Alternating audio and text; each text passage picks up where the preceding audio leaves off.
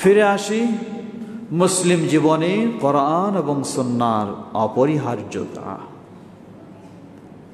মুসলিম জীবনে কোরআন এবং সুন্নাহ, কোরআন এবং সুন্নাহ ছাড়া মুসলিম এর জীবন কখনো গড়তে পারে না।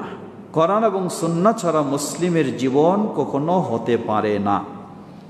সুতরাং মুসলিম জীবনে কোরআন সুন্নাহ কি অপরিহার্য সেটি বলার অপেক্ষা রাখে না।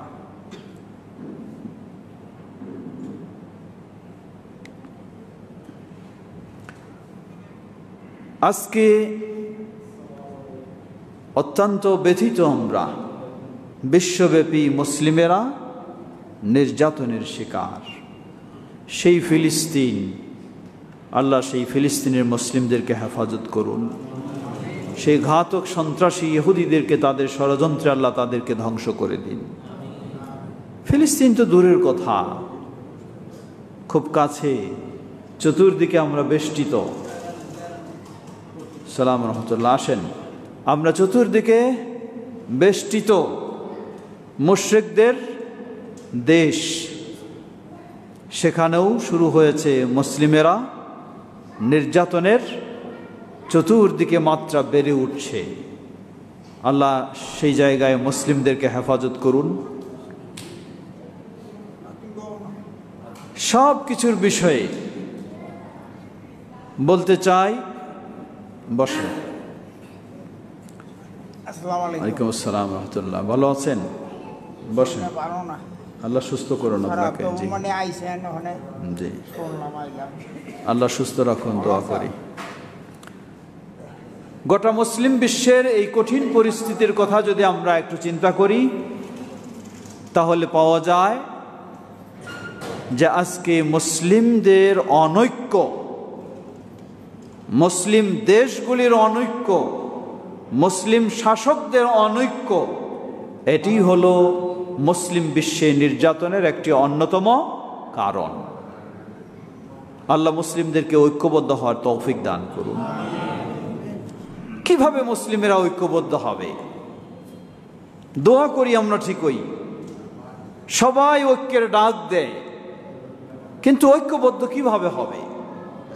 ঐক্যবদ্ধ হওয়ার পথ কি? সেই পথ আমরা আসলে অবলম্বন করি না। আজকে যারা বিভিন্ন মাযহাবের অনুসারী, যিনি শাফিঈ মাযহাবের অনুসারী, তিনিও ঐক্যের ডাক দেন, কিন্তু শাফিঈ মাযহাব থেকে বের হয়ে আসতে রাজি না। যিনি মালিকি মাযহাবের অনুসারী, তিনিও ঐক্যের ডাক দেন, কিন্তু মালিকি মাযহাব থেকে বের হয়ে আসতে রাজি নেই। যিনি হানাফি মাযহাবের অনুসারী, তিনিও ঐক্যের ডাক দিচ্ছেন, কিন্তু হানাফি মাযহাব থেকে বের হয়ে আসতে রাজি নয়। আজকে লক্ষ্য করুন,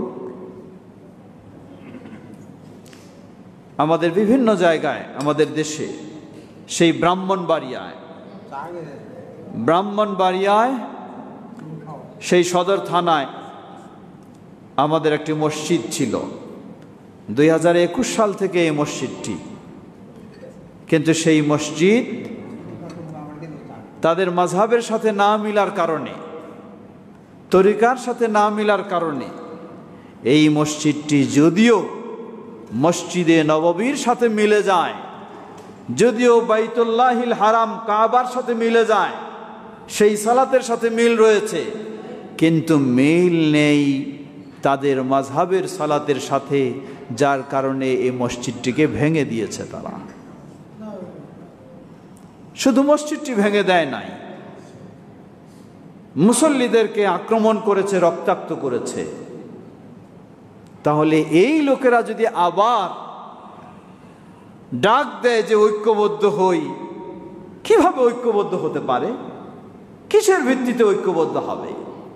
কিয়ামত পর্যন্ত এই ধরনের ঐক্যের ডাক দিয়ে মানুষ ঐক্যবদ্ধ কখনো হবে না, কখনো হবে না। তাহলে ঐক্যবদ্ধ হওয়ার পথ কি? মনে রাখবেন, আহলুল হাদিস যারা, তাদের একটি অন্যতম দিক হলো তারা মনে করে যে মুসলিম জীবনে ইসলাম মানার জন্য অনুসরণ করতে হবে দুটি বিষয়কে। কয়টি? দুটি বিষয়। একটি হলো যা বলেছেন কে? আল্লাহ, আল কোরআনুল কারীম।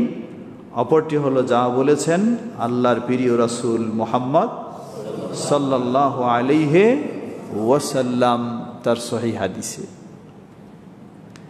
এই দুটার যখন কেউ অনুসারী হবে, গোটা বিশ্বের মুসলিমেরা যখন এই কোরআন এবং সহিহ হাদিসের অনুসারী হতে পারবে, তখনই খুব সহজেই মুসলিমেরা ঐক্যবদ্ধ হতে পারবে ইনশাআল্লাহ।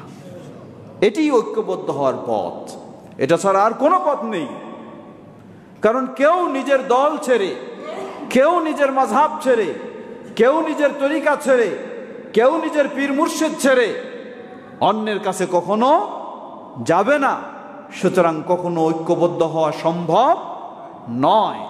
তাই গোটা বিশ্বের মুসলিম যখন নিজের দল বাদ দিয়ে বলবে ইসলাম মানেই হলো কোরআন এবং সহিহ হাদিস, ইসলাম মানেই হলো মাযহাব নয় কোরআন এবং সহিহ হাদিস, ইসলাম মানেই হলো তরিকা নয় কোরআন এবং সহিহ হাদিস, ইসলাম মানেই হলো পীরতন্ত্র নয় কোরআন এবং সহিহ হাদিস, ইসলাম মানেই হলো বাপদাদার অনুসরণ নয় কোরআন এবং সহিহ হাদিস, ইসলাম মানেই হলো বুজুর্গানে দিনের অনুসরণ নয় কোরআন এবং সহিহ হাদিস।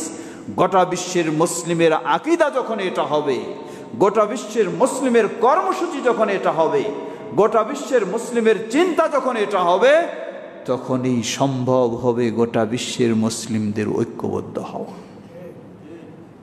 এছাড়া কোনো দিন সম্ভব হতে পারে না। এজন্যই রাসূলুল্লাহ সাল্লাল্লাহু আলাইহি ওয়াসাল্লাম তিনি ভবিষ্যৎবাণী করেছেন, তিনি উম্মাহকে নির্দেশনা দিয়েছেন। তিনি বলেন, জেনে রাখো তারাকতু ফীকুম আমরাইন লাম তাদিল্লু মা তামাসসাকতুম বিহিমা কিতাবাল্লাহ ওয়া সুন্নতি। তোমাদের মাঝে রেখে গেলাম মাত্র দুটি জিনিস, যতক্ষণ পর্যন্ত তোমরা এই দুটি জিনিসকে আঁকড়ে ধরবে কখনো তোমরা পথভ্রষ্ট হবে না, কখনো পথভ্রষ্ট হবে না। একটি হলো আল্লাহর কিতাব আল কোরআনুল কারীম, অপরটি হলো নবী মুহাম্মদ সাল্লাল্লাহু আলাইহি ওয়াসাল্লাম এর সহিহ হাদিস। আজকে আহলুল হাদিসদের দাওয়াত হলো এটাই, বাংলাদেশ জমিয়তে আহলুল হাদিসের আহ্বান হলো এটাই। আমরা যদি এ পথেই চলতে পারি, এ পথেই ফিরে আসতে পারি, এভাবে ইসলাম মানতে পারি, এটাই আমাদের আকীদা হিসেবে গ্রহণ করতে পারি, তাহলেই সম্ভব হবে গোটা বিশ্বের মুসলিমদের মাঝে ঐক্য গড়ে তোলা ইনশাআল্লাহ। সুতরাং মুসলিম জীবনে কোরআন ও সুন্নাহর অনুসরণ কতটুকু অপরিহার্য বিষয় বলার অপেক্ষা রাখে না। কোরআন এবং সুন্নাহ ছাড়া তো ইসলামই হতে পারে না। আজকে লক্ষ্য করুন, বিভিন্ন সময় আমরা বিভিন্ন অবস্থান গ্রহণ করি। রাজনৈতিক ফিল্ডে যখন ভিন্ন আওয়াজ শুনি, মানবরচিত মতবাদ, আমরা তখন এটার খুব প্রতিবাদ করি যে এটি কুফরি মতবাদ, কারণ এটি কোরআন সুন্নাহর বাইরে। বুঝলাম, কোনো সন্দেহ নেই আপনার কথায়। কিন্তু যখন রাসূলুল্লাহ সাল্লাল্লাহু আলাইহি ওয়াসাল্লামের তরিকা বাদ দিয়ে নিজের মন গড়া তরিকা তৈরি করে নিলাম, এটি কি ইসলামী মতবাদ? ওটা যখন কুফরি মতবাদ হতে পারে মানুষের মন গড়া হওয়ার কারণে, তাহলে এটা কেন হবে না? অথচ আজকে মুসলিমদেরকে রাসূল সাল্লাল্লাহু আলাইহি ওয়াসাল্লামের তরিকা বাদ দিয়ে নকশবন্দিয়া হোক, অথবা মুজাদ্দিদিয়া হোক, অথবা কাদেরিয়া হোক, অথবা চিশতিয়া হোক, অথবা সাবেরিয়া হোক, সেই তরিকার উপরেই তো আপনি বায়াত নিচ্ছেন। এটি কোন ইসলামী মতবাদ? অবশ্যই কোনো সন্দেহ নেই, সেগুলি যেমন কুফরি মতবাদ, এটাও তেমন কুফরি মতবাদ। সেগুলিও কোরআন সুন্নায় নেই, এগুলিও কোরআন সুন্নায় নেই। বরং অনেক সময় এটা সেগুলির চেয়ে আরো বেশি ভয়ঙ্কর। কেন এটার বেশি ভয়ঙ্কর? মানুষ সবাই জানে খ্রিস্টান কি নয়, মুসলিম নয়। ইহুদি কি নয়, হিন্দু কি নয়, সবাই এটা জানে। কিন্তু একজন মানুষ যখন মুসলিমের মতো বেশ ধারণ করে, মুসলিম নাম ব্যবহার করে আপনার কাছে অনৈসলামিক বিষয়গুলি উপস্থাপন করে, তাহলে ভয়ঙ্কর কোনটা? এই ছদ্মবেশী বেশ, এটাই হলো সবচেয়ে বেশি ভয়ঙ্কর। আপনি ইসলামের নাম দিয়ে যখন মানুষকে অনৈসলামিতে জড়িত করে দিচ্ছেন, তাহলে এই জিনিসটাই হলো সবচেয়ে বেশি ভয়ঙ্কর। এজন্য ইমাম ইবনে তাইমিয়া রাহিমাহুল্লাহ বলেছেন, তিনি বলেছেন যে আশ-শিয়া ওয়ার রাওয়াফিদ আশাদ্দু আদাওয়াতান মিনাল ইহুদি ওয়ান নাসারা। ইহুদি এবং খ্রিস্টানদের চেয়ে চরমপন্থী রাফিদি শিয়ারা, এরা হলো মুসলমানদের জন্য আরো বেশি বড় শত্রু। এরা আরো বড় শত্রু। কেন? ইহুদিকে আপনি মনে করবেন এ মুসলিম নয়, প্রথমেই আপনি বুঝবেন এ আপনার মুসলিম নয়, ধোঁকা খাওয়ার সুযোগ নেই, সম্ভাবনা নেই। খ্রিস্টানকে বুঝবেন এ মুসলিম নয়। কিন্তু শিয়া যখন নিজেকেও কি পরিচয় দেয়? মুসলিম পরিচয় দেয়। ভিতরে আপনি যদি খোঁজ নিয়ে দেখেন, সে আপনার কোরআনও মানে না, আপনার হাদিসও মানে না, আপনার খোলাফায়ে রাশিদিনকেও মানে না, আপনার সাহাবাই কেরামকেও মানে না। লা হাওলা ওয়ালা কুওয়াতা ইল্লা বিল্লাহ। তাহলে ওই প্রকাশ্য ইহুদি খ্রিস্টানের চেয়ে বড় মুসলিমদের জন্য ভয়ঙ্কর হলো এই ভয়ঙ্কর চরমপন্থী শিয়া। এজন্য আপনাকে মনে রাখতে হবে, ইসলাম কোনো অস্পষ্ট বিষয় নয়, ইসলাম স্পষ্ট বিষয়। তা হলো ইসলাম মানেই হলো কোরআন এবং সহিহ হাদিস। ইসলাম মানেই হলো কোরআন এবং সহিহ হাদিস। এটি আহলুল হাদিসদের আকীদা, এটি আহলুল হাদিসদের দাওয়া, এটি আহলুল হাদিসদের বিশ্বাস। আর এটার মাধ্যমেই আপনি মুক্তির পথে পরিচালিত হতে পারবেন ইনশাআল্লাহ। এটা ছাড়া ভিন্ন কখনো মুক্তির পথ হতে পারে না। প্রিয় ভাইরা আমার, সুতরাং পর্দার আড়ালের মা ও বোনেরা, আমাদেরকে সব সময় একটি বিষয় মনে রাখতে হবে, ইসলামের যে কোনো বিষয়, আপনি আকীদার বিষয় হোক, আমলের বিষয় হোক, আদর্শের বিষয় হোক, এই বিষয়গুলিকে কোরআন এবং সহিহ হাদিসের দলিল ছাড়া আপনি গ্রহণ করতে পারেন না। যদি কোরআন এবং সহিহ হাদিসের দলিল ছাড়া গ্রহণ করেন, তাহলে মনে রাখবেন আপনি আসলেই যে ইসলামের বিষয় গ্রহণ করলেন না কিসের গ্রহণ করলেন বলার অপেক্ষা রাখে না। হতে পারে ইসলামের বাইরেও, বা হতে পারে নয়, হবে। কারণ ইসলামের হলে তা অবশ্যই হয় কোরআনে রয়েছে, নয় রাসূলুল্লাহ সাল্লাল্লাহু আলাইহি সাল্লামের হাদিসে রয়েছে, যদি ইসলামের হয়। আর যদি তার ইসলামে কোরআন এবং হাদিসের দলিলে তার স্থান না থাকে, তাহলে বুঝতে হবে এটি ইসলামের হতে পারে না।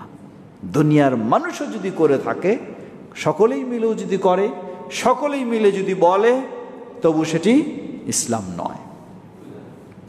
এজন্যই আল্লাহ সুবহানাহু ওয়া তাআলা তিনি কতভাবে কঠিনভাবে বলেছেন।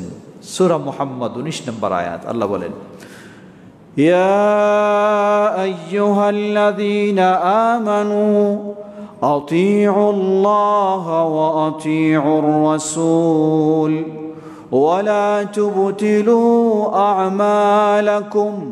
ওহে যারা ঈমান এনেছো, আতিউল্লাহ, তোমরা মেনে নাও কাকে? আল্লাহকে। ওয়া আতিউর রাসূল, মেনে নাও কাকে? রাসূলুল্লাহ সাল্লাল্লাহু আলাইহি সাল্লামকে। এর মানে আল্লাহর কিতাব আল কোরআনুল কারীম এবং রাসূলুল্লাহ সাল্লাল্লাহু আলাইহি ওয়াসাল্লামের হাদিস, সহিহ হাদিস। ওয়ালা তুবতিলু আ'মালাকুম, তোমরা নিজেরাই তোমাদের আমলগুলিকে বাতিল করে দিও না। মানে আমি দিন রাত 24 ঘন্টা অনেক আমল করলাম, কিন্তু এই আমলের সপক্ষে আল্লাহর কোরআনেও কিছু নেই, রাসূলুল্লাহ সাল্লাল্লাহু আলাইহি ওয়াসাল্লামের হাদিসেও কিছু নেই। তাহলে বুঝতে হবে আমার আমলটাকে আল্লাহ তো পরে বাতিল করবেন, আগে আমি নিজেই বাতিল করে ফেলেছি। এজন্য আল্লাহ বললেন ওয়ালা তুবতিলু আমালাকুম, তোমরা তোমাদের আমলগুলিকে বাতিল করো না। আল্লাহ বলছেন তোমরা বাতিল করো না, মানে আগে আমরা নিজেরাই বাতিল করে দেই, অতঃপর এটি আল্লাহর কাছে বাতিল বলে গণ্য হয়। কিভাবে বাতিল হবে? যখন এই আমলের সপক্ষে কোরআন এবং সহিহ হাদিসের কোনো দলিল প্রমাণ থাকবে না, আপনাকে মনে করতে হবে আপনার এই বাতিল আমল কি বাতিল। বিশেষ করে আমল অনেক সুন্দর করলেন, অপর আরেকটি সাইড হলো, একটি হলো দলিল, দ্বিতীয় আরেক সাইড আপনি দলিলও খুব সুন্দরভাবে গ্রহণ করেছেন, কিন্তু আপনার আমলটা যখন শুধু কার জন্য হবে না, আল্লাহ সুবহানাহু ওয়া তাআলার সন্তুষ্টি অর্জনের জন্য হবে না, তখন মনে করতে হবে আপনার এই আমল আল্লাহর কাছে গ্রহণযোগ্য হবে না।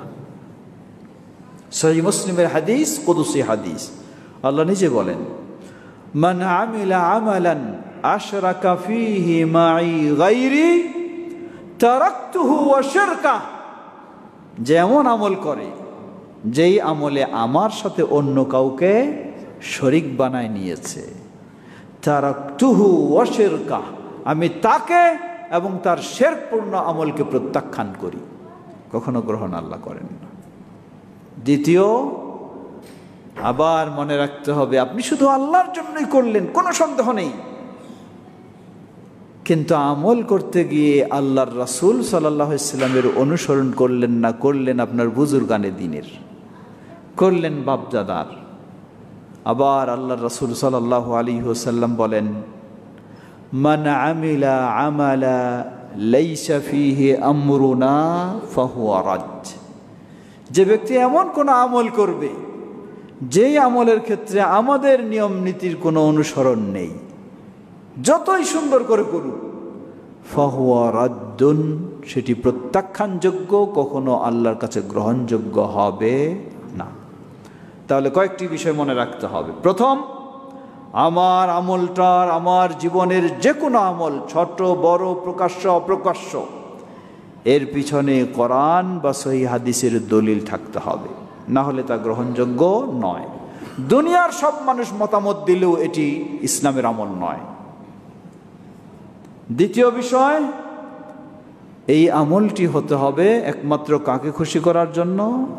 আল্লাহ সুবহানাহু ওয়া তাআলাকে। তৃতীয় বিষয়, এই আমলটি হতে হবে একমাত্র কাকে মডেল হিসাবে ফলো করতে হবে? রাসূলুল্লাহ সাল্লাল্লাহু আলাইহি ওয়াসাল্লাম। এই তিনটি বিষয় আপনার আমলে যদি না থাকে, তাহলে এই মুসলিম জীবনের আমল কোনো কাজে আসবে না, কোনো কাজে আসবে না। হতে পারে বহু বিশাল আমল, অগণিত আমল, কিন্তু সেগুলি কোনো কাজে আসবে না। অতএব প্রতিটি মুসলিম ভাই ও পর্দার আলীর মা বোনেরা সবাইকে মনে রাখতে হবে। বর্তমান স্মরণ করুন, বর্তমান বিশ্বব্যাপী আন্তর্জাতিক মিলন মেলা, কথায় সেটা মুসলিমদের, তা হলো বাইতুল্লাহকে কেন্দ্র করে সেই হজ, এটি হলো মুসলিমদের আন্তর্জাতিক মিলন মেলা।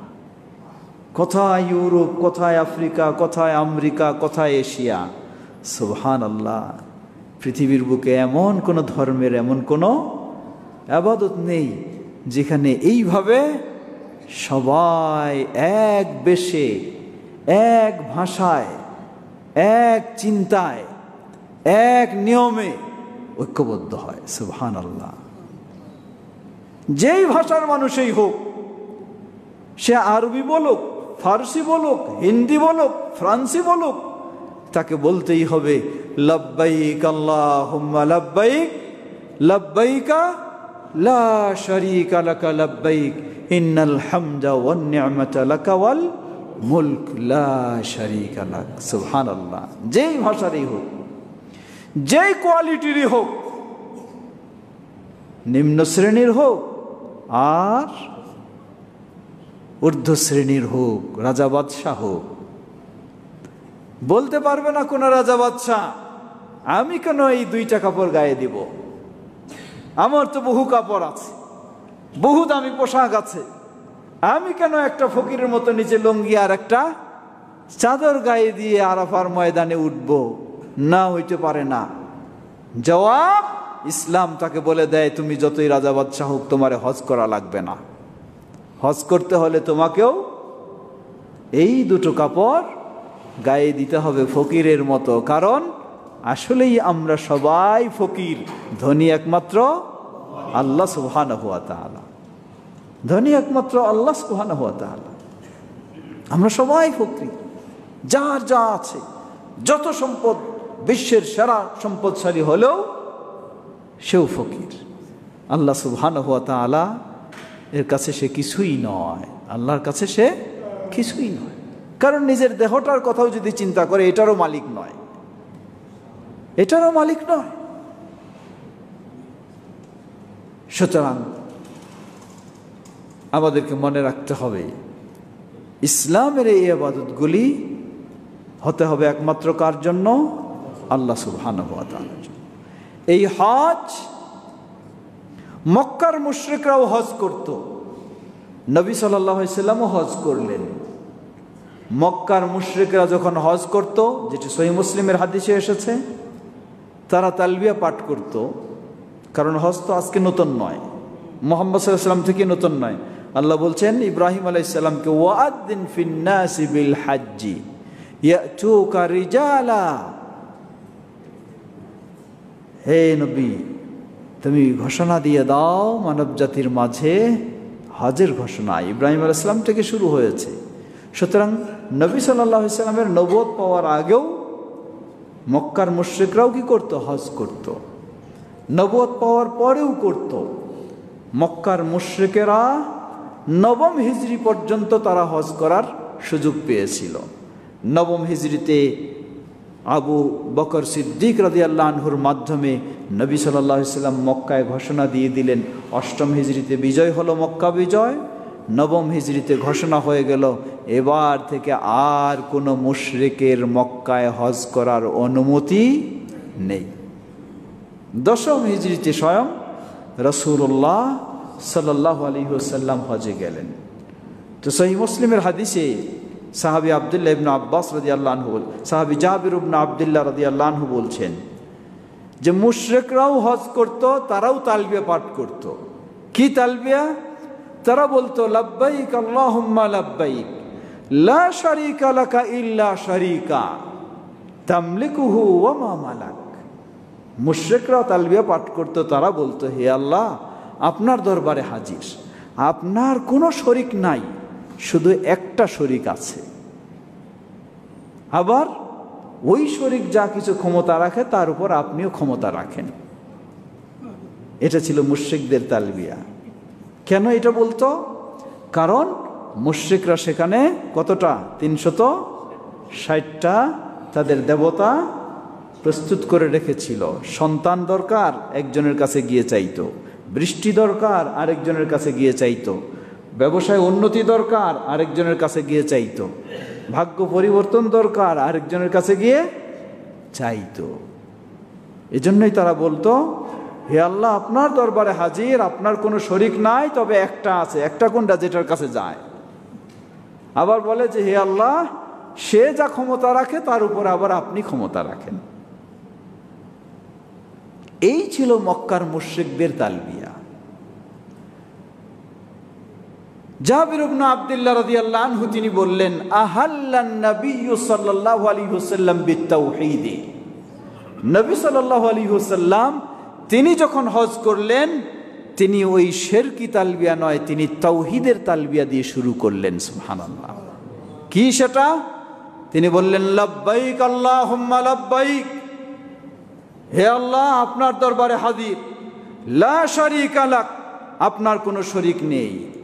ইন্নাল হামদা ওয়ান নি'মাতা লাকা ওয়াল মুলক, যাবতীয় প্রশংসা, যাবতীয় নিয়ামত, অবদান, সমগ্র বিশ্বের রাজত্ব শুধু একমাত্র তোমার। ওই লা শারীকা লাক, কোনো দিক থেকে তোমার কোনো শরীক নেই। সকল দিক থেকে তিনি আল্লাহকে শরিক মুক্ত করলেন।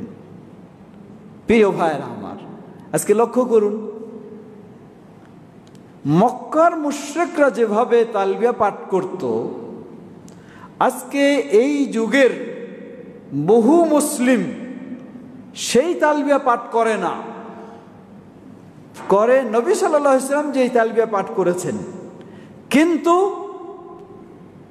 এই তালবিয়া পাঠ করার পরেও ওই মুশরিকদের মতোই বহু মুসলিমেরও আকীদা আজকে। তা কেমনে? শুধু মুশরিকদের মতো নয়, মুশরিকদের চেয়েও আরো জঘন্য আকীদা।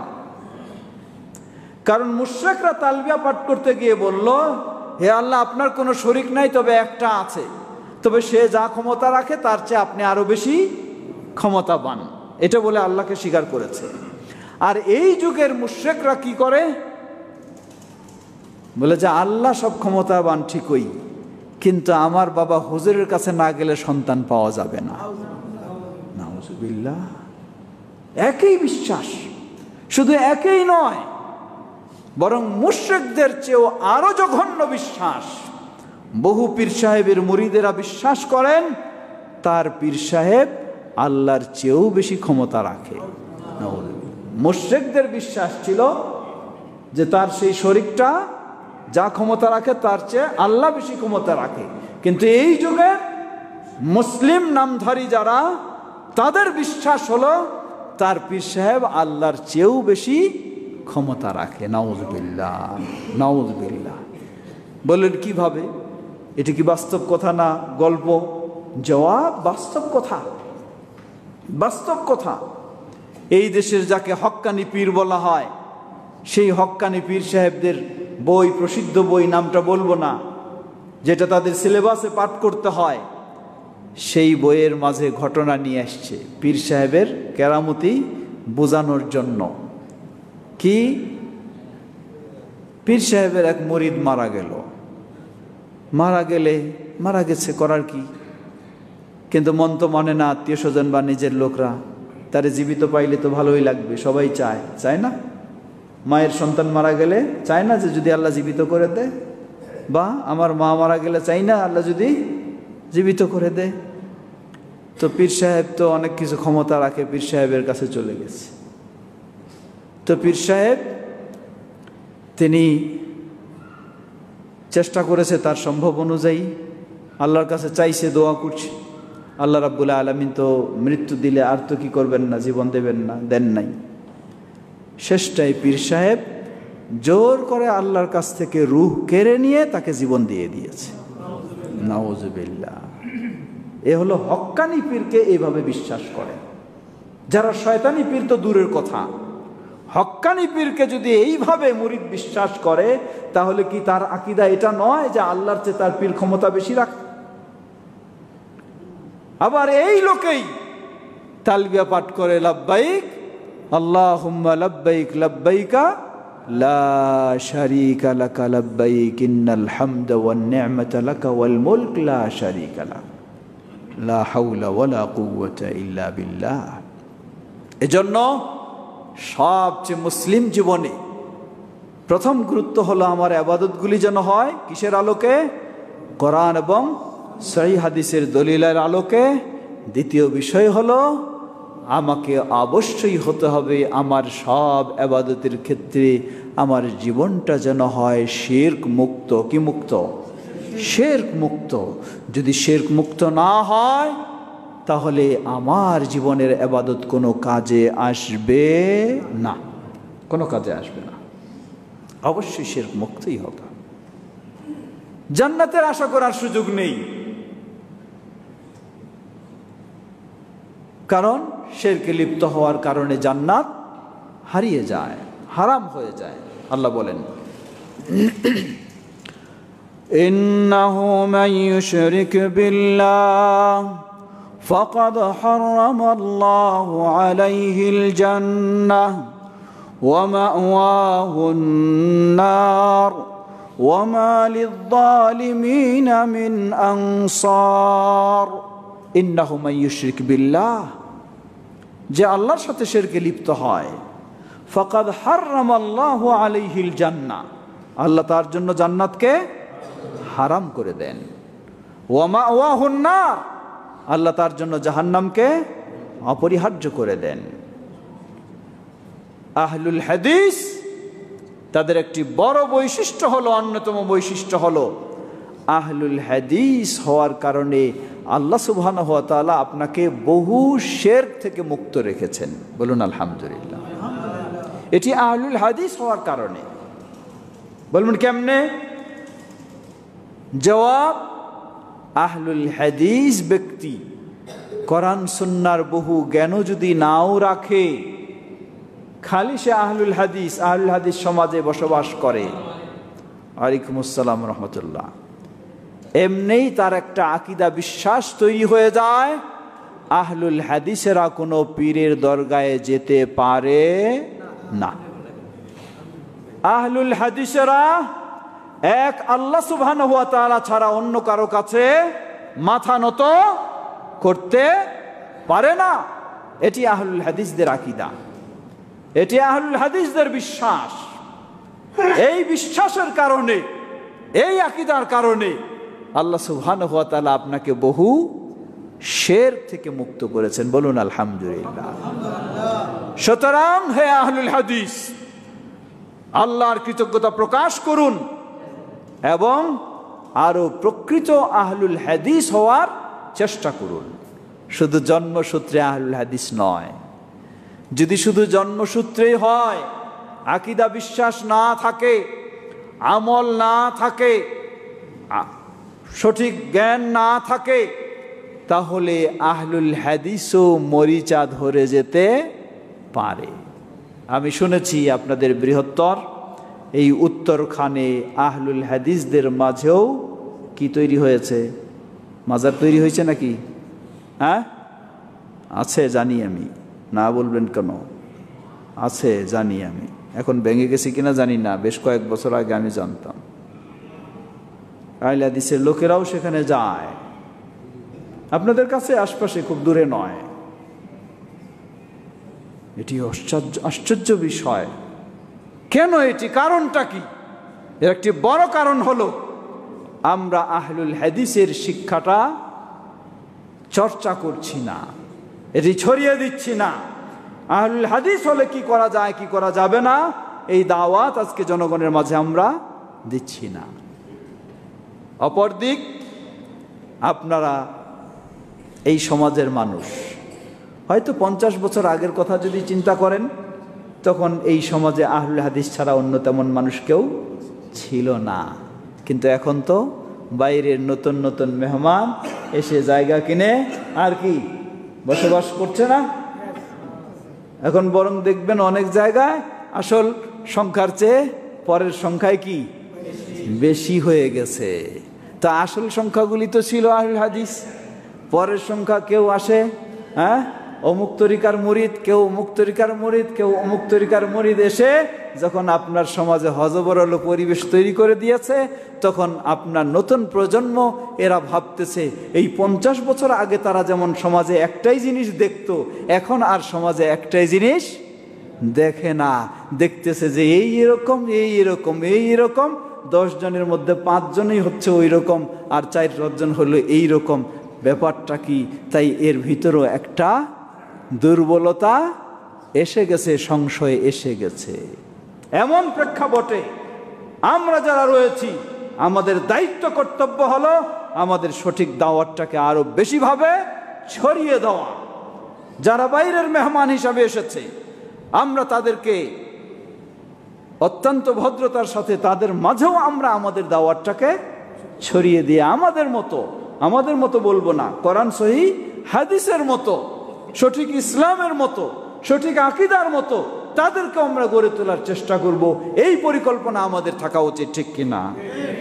তাহলে আমাদের সমাজটা, আমাদের যারা প্রজন্ম তারাও ঠিক থাকবে, নতুন যারা আসবে আল্লাহর রহমতে তাদেরকেও আমরা সুন্দর বানাতে পারবো ইনশাআল্লাহ। কিন্তু সেই কর্মসূচি তো নিতে হবে, সেই পরিকল্পনা তো হাতে নিতে হবে, সেই কাজকর্ম তো শুরু করতে হবে। শুধু যে দায়িত্বে আছি মোতাওয়াল্লি সাহেব মোতাওয়াল্লির মতোই আছে, সভাপতি সাহেব সভাপতির মতোই আছে, সেক্রেটারি সাহেব সেক্রেটারির মতোই আছে, খতিব সাহেব খতিব সাহেবের মতোই আছে, তাহলে তো কখনোই আমাদের বিস্তার ঘটানো সম্ভব হবে না। আলহামদুলিল্লাহ, মানুষ এখন আগের মতো অত অন্ধ নেই। মানুষ এখন চোখ খুলে বোঝার চেষ্টা করে, দেখার চেষ্টা করে। মানুষের মাঝে এই অনুভূতিটা তৈরি হয়েছে।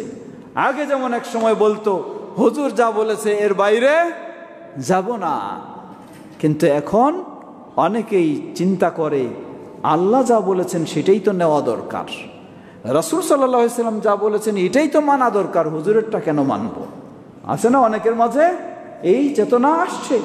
তো এই চেতনা যখন মানুষের মাঝে আসছে, ওই সুযোগে যদি আমি গিয়ে বলতে পারি যে ইসলাম মানেই হলো আল্লাহ যা বলেছেন এবং আল্লাহ রাসূল যা বলেছেন, এর বাইরে ইসলাম বলতে কিছু নেই, যখন আমি তাকে জোরদার করে এটি বলতে পারবো, কোরআন সুন্নাহর দলিলের আলোকে তার সামনে উপস্থাপন করতে পারবো, তাহলে নিশ্চয়ই তার ভিতরে এটা স্থান পাবে ইনশাআল্লাহ। সুতরাং আমি সকলকে আহ্বান জানাবো, আপনি আহলুল হাদিস, এটি আপনার জন্য সৌভাগ্যের বিষয়, এটি অত্যন্ত আপনার জন্য আনন্দের বিষয়। কিন্তু এই আনন্দ নিজের মাঝে সীমাবদ্ধ রাখবেন না, সেটিকে আরো ছড়িয়ে দেওয়ার চেষ্টা করুন, তাহলে আরো আপনি আনন্দ অনুভব করবেন। আপনি একাই ছিলেন, আপনার সমাজে 100 জন মানুষ, তার মাঝে হয়তো 50 জনই ভিন্ন। আপনার চিন্তায় চেষ্টায় দাওয়াতে যদি বাকি 50 জনকেও আপনি বানাতে পারেন, তাহলেই তো সত্যি আনন্দের বিষয়, ঠিক না? চেষ্টা করব তো ইনশাআল্লাহ। পর্দার আড়ালের মা বোনেরা যারা রয়েছেন, আপনাদেরকেও সেই আহ্বান জানাবো, এই এসিটা এখন ছেড়ে দেন, হ্যাঁ একটু গরম, এটা ছেড়ে দিবেন। পর্দার আড়ালের মা বোনদেরকেও স্মরণ করে দিতে চাই, মা বোনেরা পুরুষদের চেয়ে তুলনামূলক ইসলামের দিকে বেশি গুরুত্ব দিয়ে থাকেন, ইসলামের বিষয়গুলি বেশি গুরুত্ব দিয়ে থাকেন। তাই আমি মা বোনদেরকেও স্মরণ করে দেব।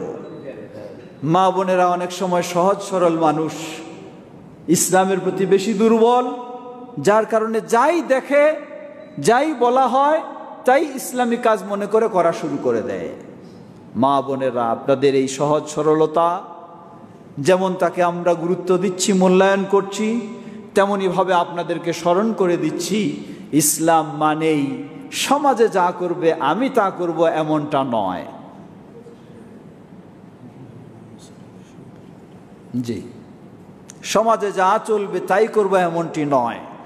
মা বোনদেরকে বিশেষভাবে অনুরোধ করব, আপনি তো হলেন সেই মা, যেই মা নিজে ইসলামের উপর প্রতিষ্ঠিত হবে এবং মায়ের কারণে মায়ের সব সন্তানেরাও ইসলামের উপরে প্রতিষ্ঠিত হবে।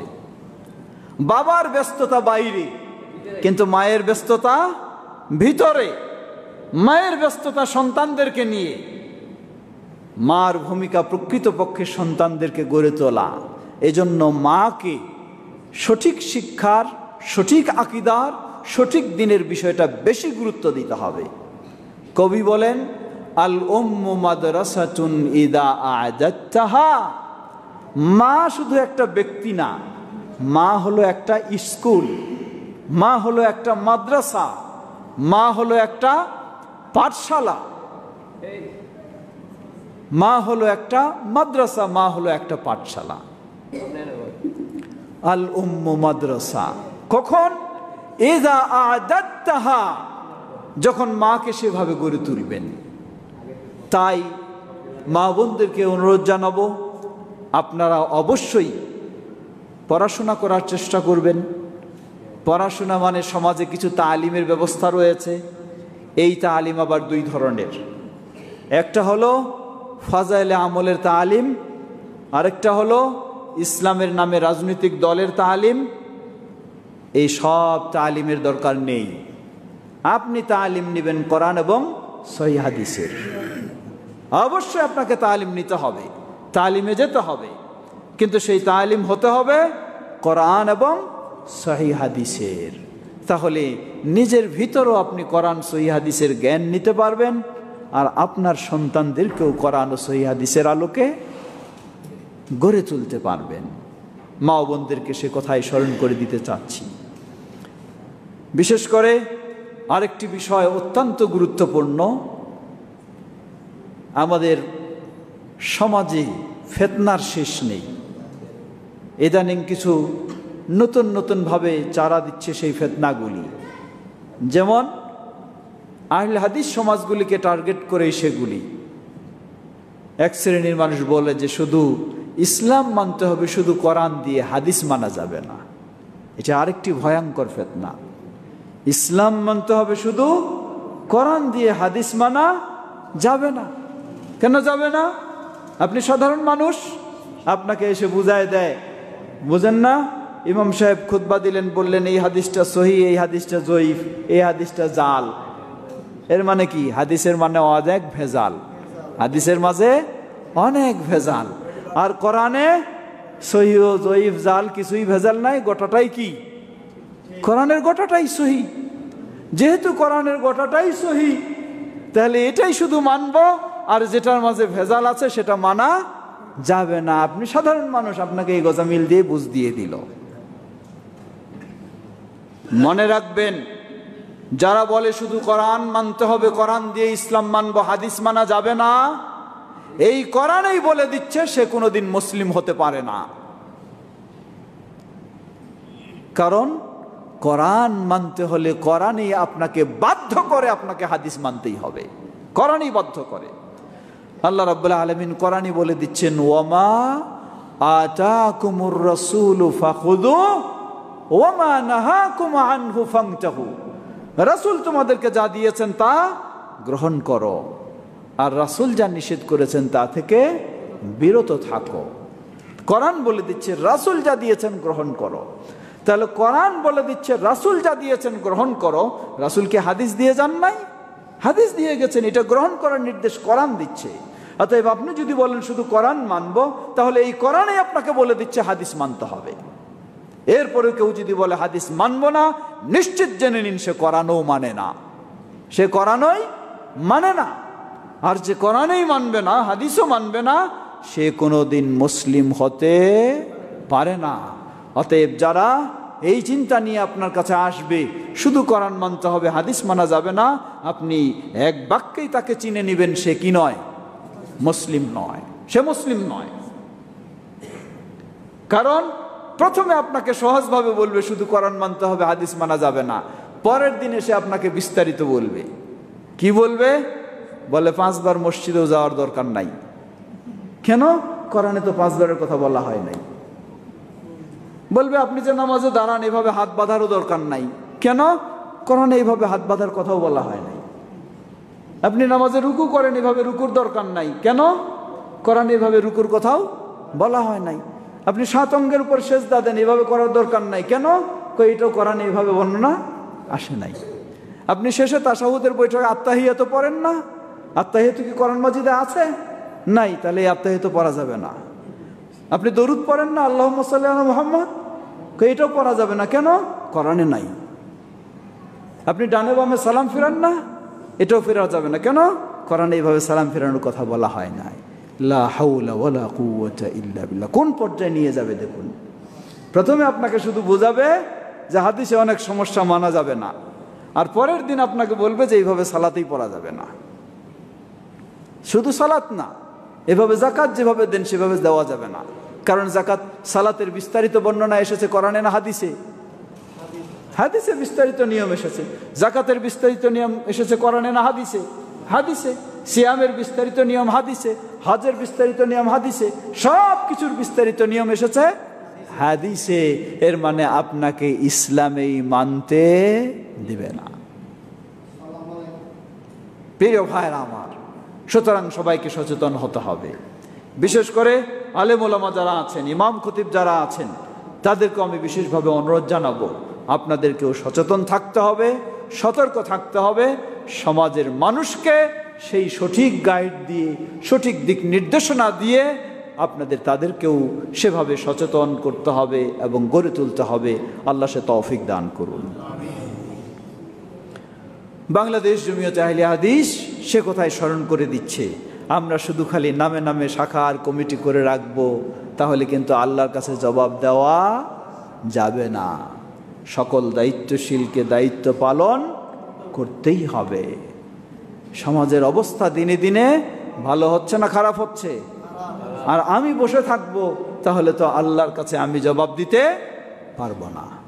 তাই সবাইকে অনুরোধ জানাবো, যিনি যে পর্যায়ে রয়েছেন, আপনাকে একদিকে দায়িত্ব পালন করতে হবে, অপর দিকে আপনি চুপ করে আছেন, কিছু করলেন না, বললেন না, কোনো সওয়াব পাবেন না। কিন্তু একটু মুখটা খোলার চেষ্টা করুন, একটু বলার চেষ্টা করুন।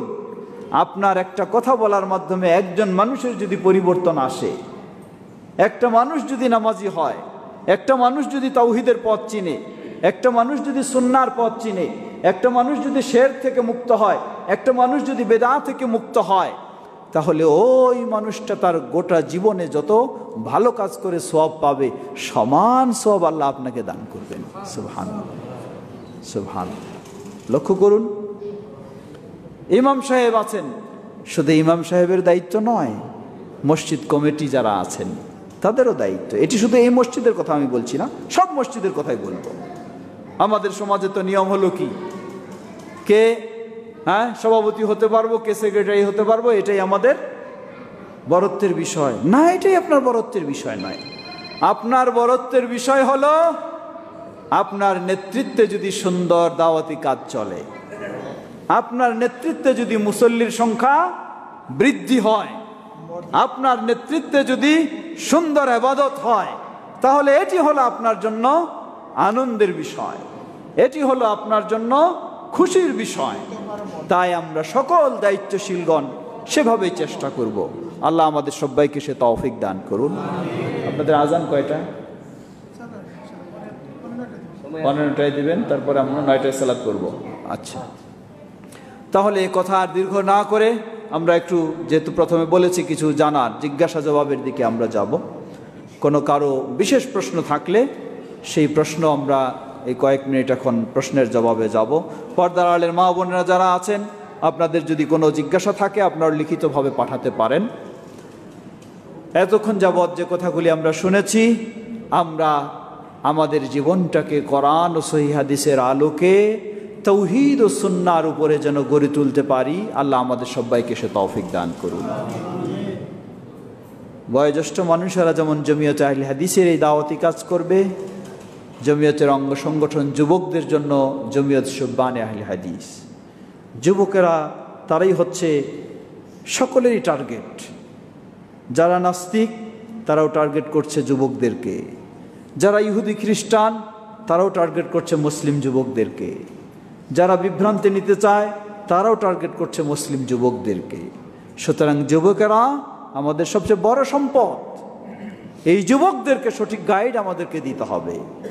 আমরা যদি তাদেরকে সঠিক গাইড না দিতে পারি, তাহলে তারাই একদিন আমাদের বিরুদ্ধে দাঁড়িয়ে যাবে, আমাদের বিরুদ্ধে দাঁড়িয়ে যাবে, যেটা আমাদের আকীদার সাথে মিলবে না, আমাদের আমলের সাথে মিলবে না, আমাদের কালচারের সাথে মিলবে না, দাঁড়িয়ে যাবে তারা।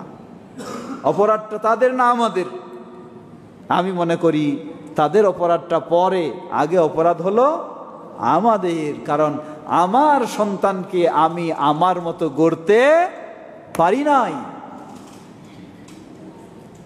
আজকে ইহুদির সন্তান ইহুদি হয়, খ্রিস্টানের সন্তান খ্রিস্টান হয়, হিন্দুর সন্তান হিন্দু হয়, বৌদ্ধের সন্তান বৌদ্ধ হয়, কিন্তু মুসলিমের সন্তান মুসলিম হচ্ছে না, নামাজির সন্তান নামাজি হচ্ছে না। কারণটা কি? কারণ 1400 বছর পূর্বেই নবী সাল্লাল্লাহু আলাইহি ওয়াসাল্লাম কারণটা বলে দিয়েছেন। তিনি বলেন, জেনে রাখো, কুল্লু মাউলুদিন ইউলাদু আলাল ফিতরা ফাআবাওয়াহু ইউহাউইদানি আও ইউনাসসিরানি আও ইউমাজ্জিসানি।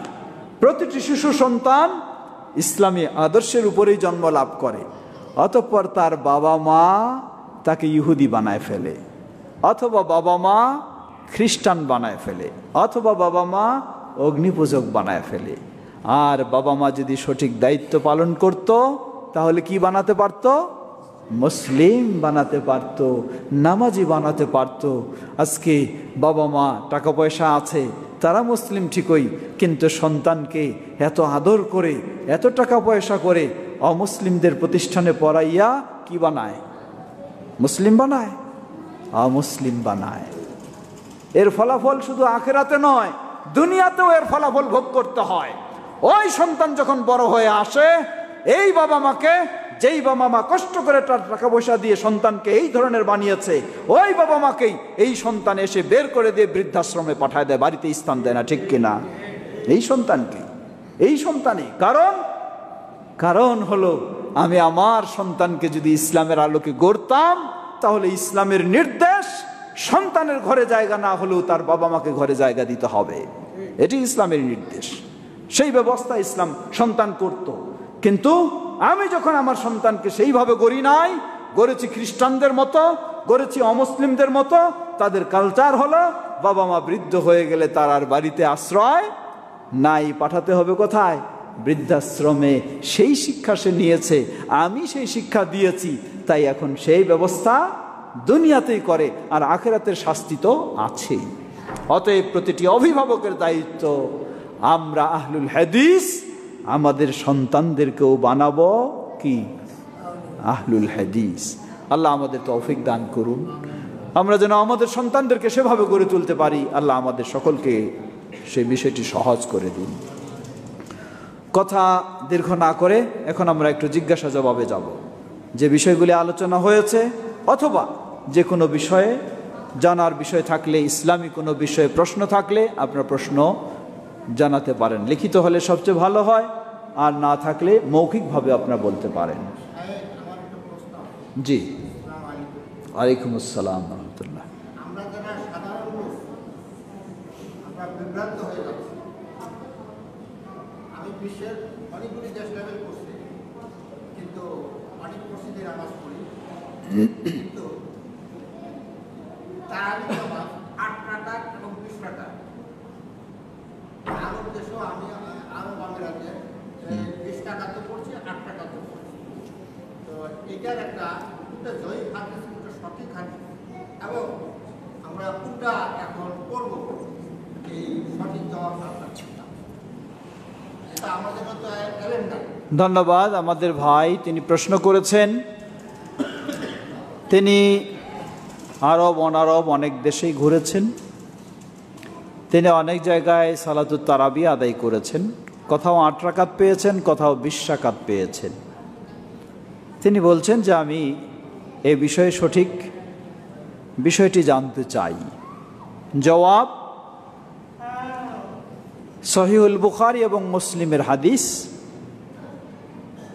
উম্মুল মুমিনিন আয়েশা রাদিয়াল্লাহু তাআলা আনহা তিনি বলছেন, রাসূলুল্লাহ সাল্লাল্লাহু আলাইহি ওয়াসাল্লাম রমাদান মাসে এবং রমাদান ছাড়া অন্য মাসে সব সময় রাতে 11 রাকাতের বেশি পড়তেন না।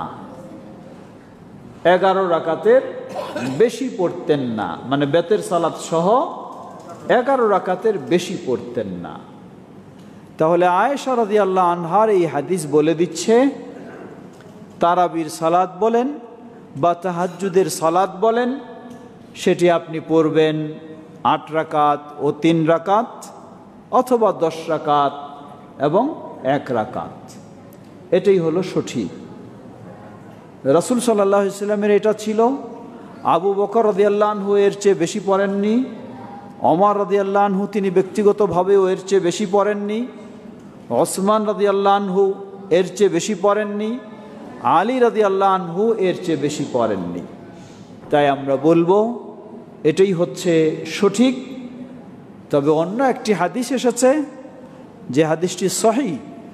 রাসূল সাল্লাল্লাহু আলাইহি ওয়াসাল্লাম বলেন, সালাতুল লাইলি মাসনা ওয়া মাসনা, রাতের সালাত 2 রাকাত 2 রাকাত করে।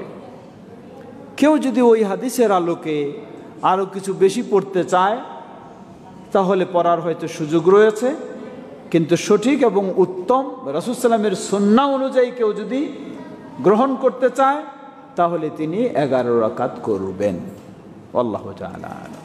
কিন্তু হযরত ওমর রাদিয়াল্লাহু আনহু সালাত পার করে ধন্যবাদ। আপনার সেই অংশটুকু দাঁড়ান, আমি সংক্ষিপ্তভাবে আপনাকে জবাব দিয়েছিলাম। ওমর রাদিয়াল্লাহু আনহুর সময় যেটি বলা হয়, রাসূল সাল্লাল্লাহু আলাইহি ওয়াসাল্লামের যুগে তিনি মাত্র 3 দিন জামাতের সাথে পড়িয়েছেন। চতুর্থ দিন সাহাবায়ে কেরাম অনেক সমবেত হলেন, ভিড় জমালেন, তিনি বের হলেন না। দিনের বেলা তিনি বললেন, ফজরের সময় বললেন, আমি জেনেছি তোমরা অনেক এসেছো, কিন্তু আমি তোমাদের কন্টিনিউ করলাম না, এই জন্য আশঙ্কা হয় যদি করতে থাকি তোমাদের জন্য অপরিহার্য হয়ে যাবে, তোমরা তখন পারবে না। কিন্তু তিনি জামাতের সাথে যে পড়া যায় এই নিয়মটি তিনি দিয়ে গেলেন। আবু বকর রাদিয়াল্লাহু আনহুর যুগটা এভাবেই গেছে। ওমর রাদিয়াল্লাহু আনহু তিনি কি করলেন, দেখলেন মানুষেরা বিক্ষিপ্ত হয়ে এখানে কয়েকজন এভাবে পড়তেছে। তখন ওমর রাদিয়াল্লাহু আনহু সবাইকে একত্রিত করে প্রসিদ্ধ সাহাবী ওবাই রাদিয়াল্লাহু তাআলা আনহু তার পিছনে জামাত করে দিলেন। এই যে জামাত করে দিলেন, সেই জামাতের রাকাতের সংখ্যা কত ছিল? কেউ বলেছেন 20, কেউ বলেছেন 8।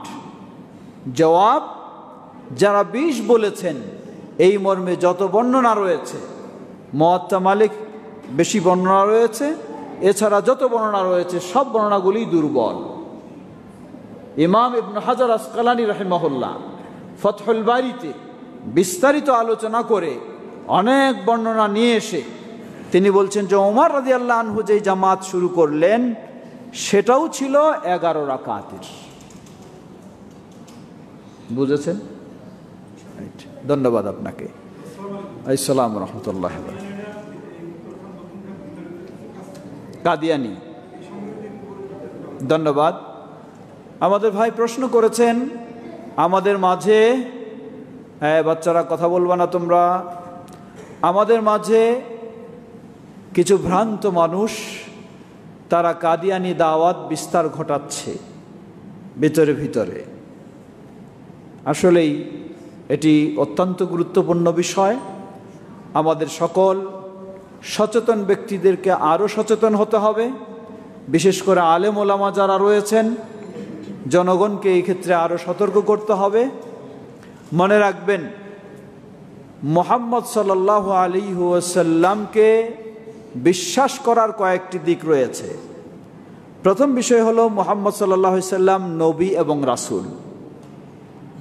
এটি যথেষ্ট নয়, বিশ্বাস করতে হবে মুহাম্মদ সাল্লাল্লাহু আলাইহি ওয়াসাল্লাম সর্বশেষ নবী রাসূল। খালি নবী রাসূল বিশ্বাস করলেই যথেষ্ট নয়, বিশ্বাস করতে হবে খাতামুন নবিয়্যিন, সর্বশেষ নবী, যার পরে আর কোনো নবী আসবেন না। আল্লাহ কোরআনেও বলে দিয়েছেন এবং রাসূল সাল্লাল্লাহু আলাইহি ওয়াসাল্লাম অসংখ্য হাদিসেও বিভিন্নভাবে বুঝিয়ে দিয়েছেন। কাদিয়ানী নামে যে একটি ভ্রান্ত ফেরকা রয়েছে, তাদের পরিচয় হলো নিজেদেরকে মুসলিম বলে পরিচয় দেয়, আহমদিয়া মুসলিম জামা বলে পরিচয় দেয়। তারা মির্জা গোলাম আহমদ কাদিয়ানীর অনুসারী। ভারতের পাঞ্জাবের একটি গ্রামের নাম কাদিয়ান, সেখান থেকে তারা নিজেদেরকে কাদিয়ানী বলে পরিচয় দিয়ে থাকে। সেই ব্যক্তি সেখানকার ছিলেন। তাদের বিশ্বাস হলো মুহাম্মদ সাল্লাল্লাহু আলাইহি ওয়াসাল্লাম নবী ঠিকই, রাসূল ঠিকই, কিন্তু শেষ নবী নয়, আরও নবী হইতে পারে। নাউযুবিল্লাহ। শুধু আরও নবী হইতে পারে নয়, বরং তাদের বিশ্বাস হলো তাদের লিডার যিনি মির্জা গোলাম আহমদ কাদিয়ানী, সে হলো নবী। গোলাম আহমদ কাদিয়ানী তার বক্তব্য বিভিন্ন রকম। কখনো সে বলেছে তিনি নবী, কখনো বলেছে ঈসা আলাইহিস সালামের আগমন ঘটবে, সেই ঈসা আলাইহিস সালাম। কখনো বলেছে ইমাম মাহাদির আগমন হবে, সেই ইমাম মাহাদি। এক এক সময় এক এক বলেছে, সবগুলি তাদের বই পুস্তকে আছে। তো সর্বোপরি তারা নবী মুহাম্মদ সাল্লাল্লাহু আলাইহি সাল্লামকে শেষ নবী বলে বিশ্বাস করে না,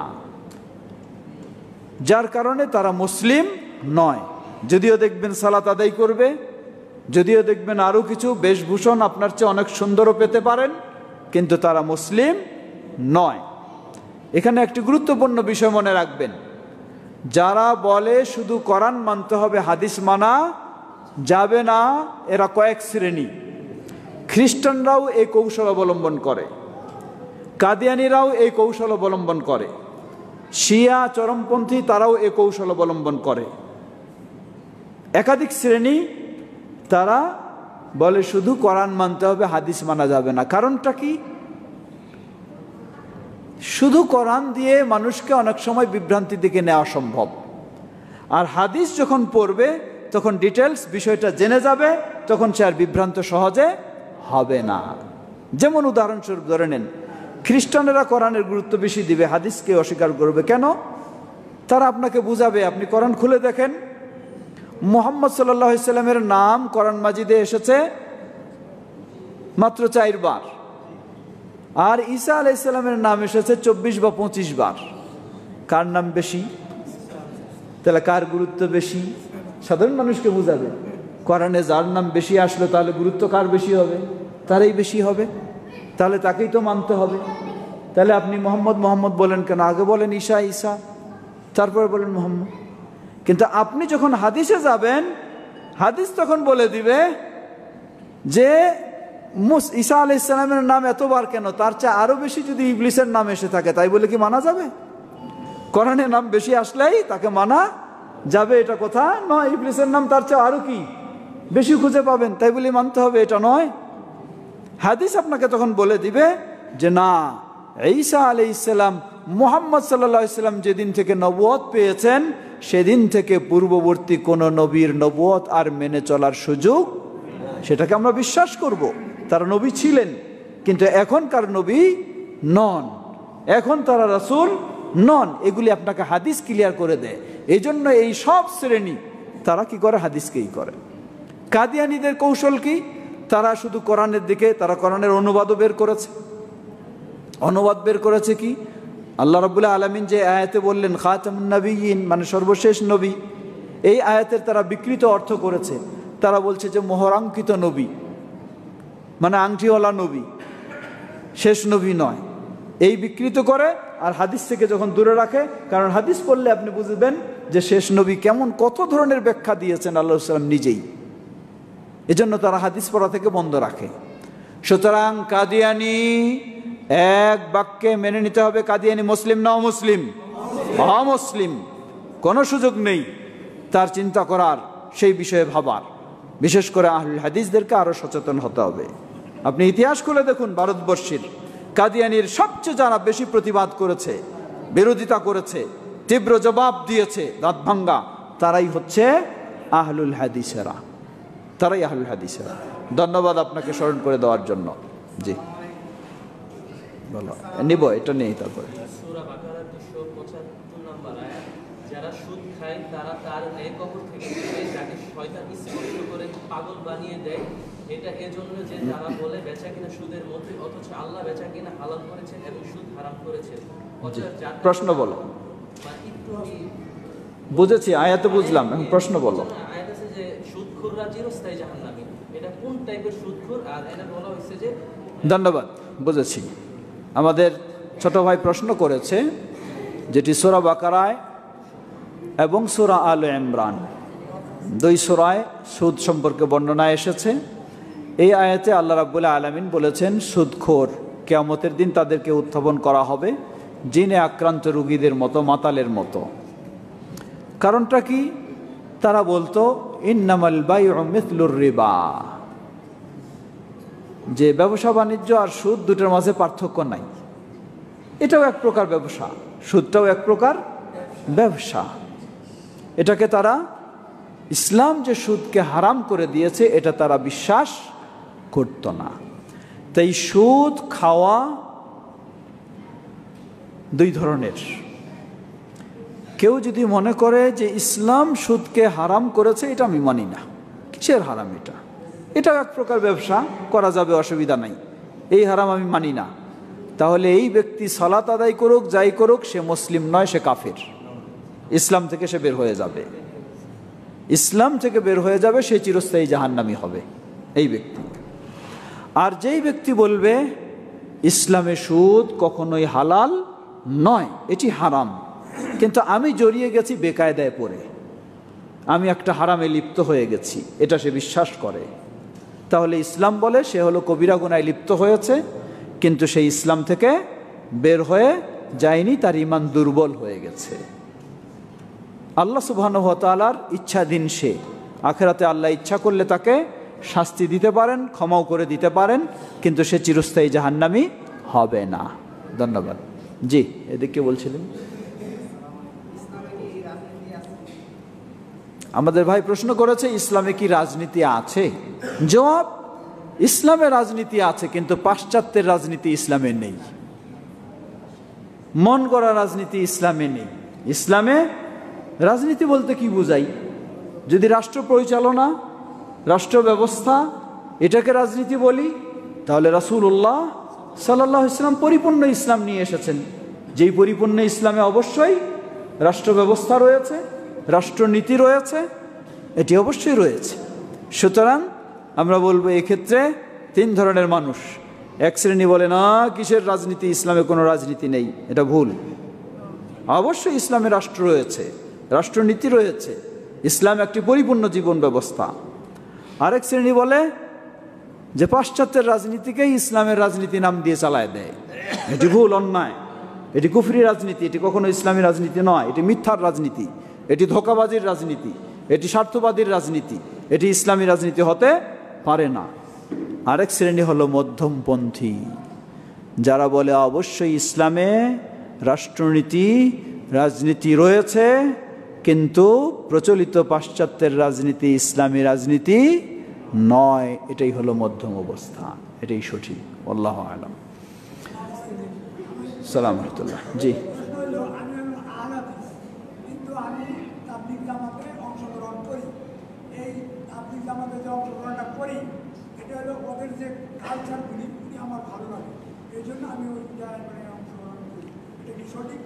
ধন্যবাদ। আমাদের ভাই প্রশ্ন করেছেন, আমি আহলুল হাদিস মানুষ, আমি প্রচলিত তাবলিগ জামাতের মানুষদের সাথে উঠা বসা করি, কারণ তাদের সিস্টেম কালচারগুলি আমাকে ভালো লাগে, এজন্য আমি উঠা বসা করি। তো এটি সঠিক হচ্ছে কি না? জবাব, ভালোকে আমরা সবসময় ভালো বলবো, খারাপকে সবসময় খারাপ বলবো। তাবলিগ জামাতের মানুষেরা মাঠে ঘাটে চলাফেরা করে বেনামাজি মানুষদেরকে ডেকে ডেকে মসজিদে নিয়ে আসে, অবশ্যই এটি ভালো, এটি অবশ্যই ভালো কাজ, এটাকে আমরা অবশ্যই ভালো বলবো। কিন্তু মসজিদে নিয়ে আসে যদি বলে যে বুজুর্গানের দিন যেভাবে সালাত আদায় করছে এইভাবেই করতে হবে, রাসূল সাল্লাল্লাহু আলাইহি ওয়াসাল্লামের মতো করা যাবে না, তাহলে এটাকে কখনো ভালো বলতে পারি না। এক। দুই, আপনি সাধারণ মানুষ, ইসলাম সম্পর্কে গভীর পড়ালেখা করেননি, আপনার সামনে খুব সুন্দরভাবে ভদ্রভাবে কিছু উপস্থাপন করলেই আপনি মনে করবেন এটা বোধহয় ইসলামী কাজ, কিন্তু এটা ইসলাম বিরোধী হলেও আপনি বুঝতে পারবেন না, যার ফলে আপনি ধোঁকায় পড়ে যাবেন। এজন্য বলবো না, তাদের সাথে চলা যাবে না। অবশ্যই ভালো কাজ আমরা করব, কিন্তু তাদের সাথে চলা যাবে না। কেন যাবে না? এই জন্য যাবে না, তাদের বিষয়গুলি যখন আপনার ইসলাম সম্পর্কে গভীর জ্ঞান না থাকার কারণে আপনার ভিতরে স্থান পেয়ে যাবে, তখন একদিন এসে আপনি বলবেন কিসের আহলে হাদিসরা, এরা খালি কথা বলে, এদের কোনো কাজ নাই, আর খালি এইভাবে নামাজ পড়ে, এটা আসলে কিছুই ঠিক নয়, ওটাই ঠিক। আপনি একদিন তখন সেভাবেই হয়ে যাবেন, আল্লাহ না করুক। এই জন্য বলবো না, আপনি তাদের সাথে যাবেন না, ওঠা বসা করবেন না, যেহেতু সেটিকে আপনি প্রতিরোধ করতে পারবেন না। ছোট্ট একটি উদাহরণ বলি। কে কথা বলছেন এদিকে, এই বাচ্চারা কেন? ছোট্ট একটি উদাহরণ বলি। আমার এক জায়গায় সহিহুল বুখারীর নিয়মিত দর্স হতো। এক দর্শে তাবলিগ জামাতের কিছু ভাই এসে উপস্থিত হয়ে হাতে ফাজাইলে আমল এই কিতাবটা নিয়ে এসে উপস্থিত হলো। শেষে প্রশ্ন উত্তর পর্ব চলছে। তিনি দাঁড়িয়ে বললেন যে আপনি সব সময় ফাজাইলে আমল নিরুৎসাহিত করেন, নিষেধ করেন, এত সুন্দর কিতাব কেন নিরুৎসাহিত করছেন, নিষেধ করছেন? আমি বললাম যে আজকে তো সময় নেই, শেষে আপনি এই কথাটা বলেছেন, আগে বললে ভালো হতো। আপনি দয়া করে আপনার বইটা আমার কাছে রেখে যান, আগামী সোমবারে আপনি আসবেন, আগামী দর্শে আপনার বই আপনাকে কথা বলবে, আমি কথা বলবো না। তো বাস তাই করলো। আগামী সপ্তাহে আসলেন, আমি দেখাইলাম, দেখেন আপনার বই এই ফাজাইলে হজ, হজের চ্যাপ্টার গিয়ে এখানে বলতেছে একজন বুজুর্গ মানুষ, এত বড় বুজুর্গ ছিলেন, তিনি প্রতি বছর আল্লাহ রাসূল সাল্লাল্লাহু আলাইহি সাল্লামের কবর জিয়ারত করতে যেতেন। এক বছর কোনো কারণে যেতে পারেননি। তো তার সময়টা পার হলেই তিনি দেখতেছেন স্বয়ং রাসূল সাল্লাম কবর থেকে বের হয়ে তার বাড়িতে তাকে দেখতে গেছেন। বইতে তার বই পড়ে শোনাচ্ছি আমি তাকে, ফাজাইলে আমল, ফাজাইলে হজ পড়ব শোনাচ্ছি। তো আপনারা বললেন নাউজুবিল্লাহ, আর তারা তো চিৎকার দিয়ে বলে কি সুবহানাল্লাহ। মানে কত বড় বুজুর্গ যে আল্লাহর রাসূল মৃত্যুর পরে কবর থেকে বের হয়ে তাকে দেখতে গেছে, কত বড়। তাহলে কে বেশি মর্যাদাশীল বলেন তো?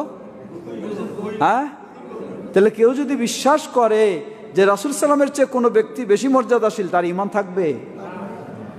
তার ঈমান থাকবে না। এটা একটা ঘটনা, এটা আপনি ফাজাইলে আমলে পাবেন। দ্বিতীয় আরেকটা ঘটনা শোনালাম।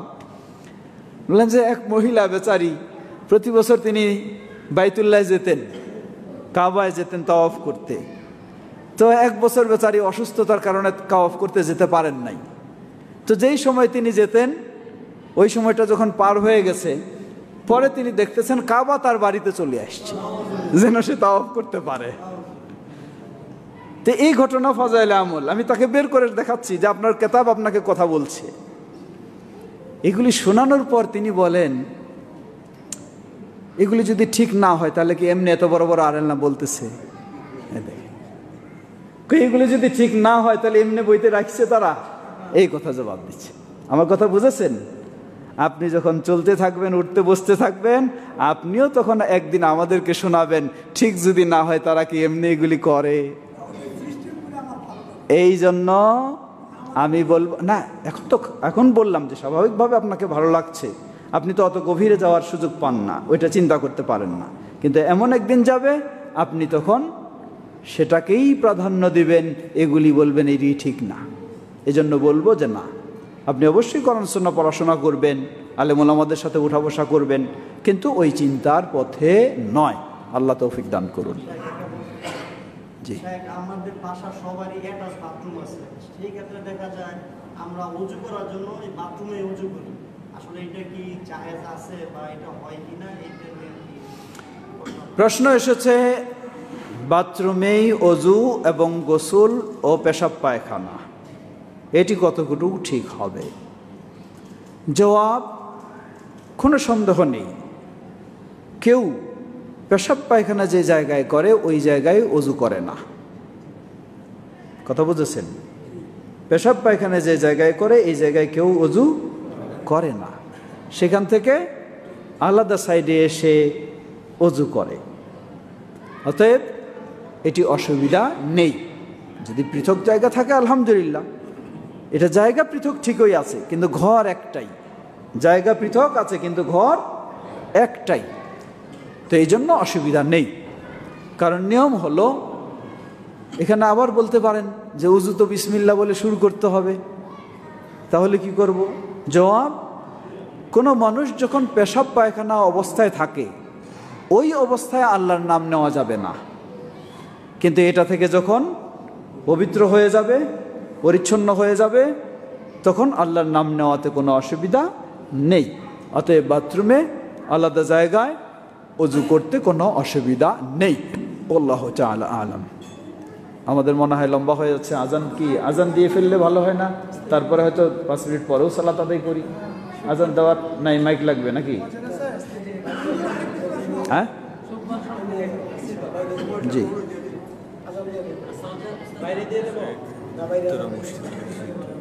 আচ্ছা বলেন। আজান দিয়ে দেন, আজান দেন, আজান দিয়ে দেন।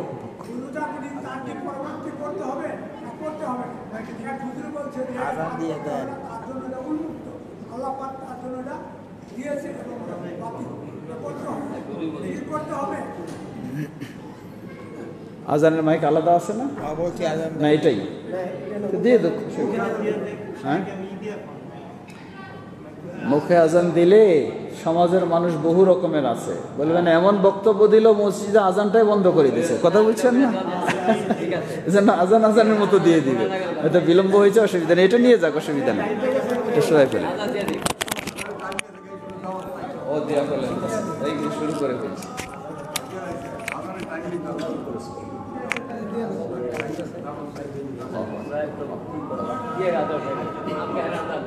আজকে